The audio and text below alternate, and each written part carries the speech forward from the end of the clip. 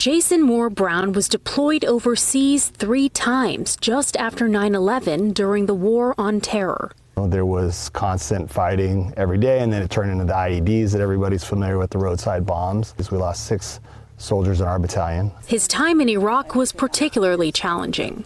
We had one soldier that was part of my boss's security squad during the invasion. He committed suicide before we even left Iraq.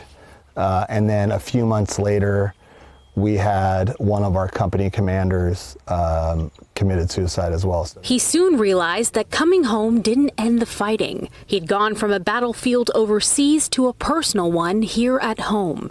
He was diagnosed with PTSD and struggled with depression, sleeping, and communicating with loved ones, including his wife. And then it would almost be like a light would turn off when we had our kids and stuff. It was almost like he couldn't experience like the true joy of it all, like he would stop himself, and that was really hard to see. And he's certainly not alone. PTSD has claimed more lives by suicide than combat since 9/11. And in 2022, an average of 17 veterans died by suicide each day. The roadside bombs and the combat experiences really was the guilt of, sending guys to do a mission and those guys not coming back. And I struggle with that guilt, still to this day. That's when he learned about Heroic Hearts Project, a nonprofit connecting veterans with peer support and psychedelic therapy. I've heard of psychedelics, but I had not heard of it as like a tool in the therapy toolbox. In February 2023, he and several other veterans traveled to Peru for ayahuasca therapy, where that treatment is permitted.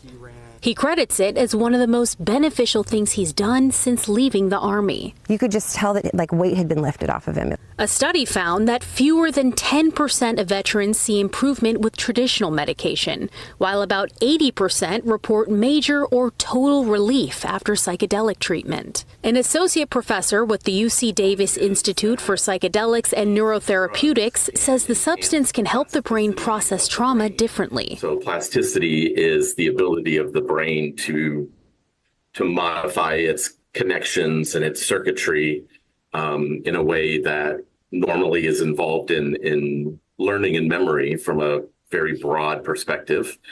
And these psychedelics seem to enhance the ability of the brain to make these changes. That's when his wife learned of the HOPE Project, a sister program providing psychedelic-assisted care for spouses experiencing secondary trauma. She, too, had a successful breakthrough with this treatment in Peru, and over 1,000 veterans and spouses are on the wait list.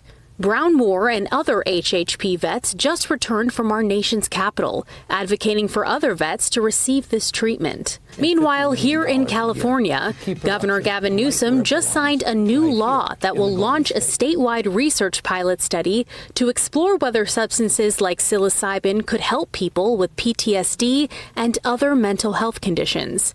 Veterans hope that one day they might not have to travel to another country to receive treatment for a war they fought on behalf of this country. Reporting in Placer County, covering local news that matters. Juliette Smith, Fox 40 News.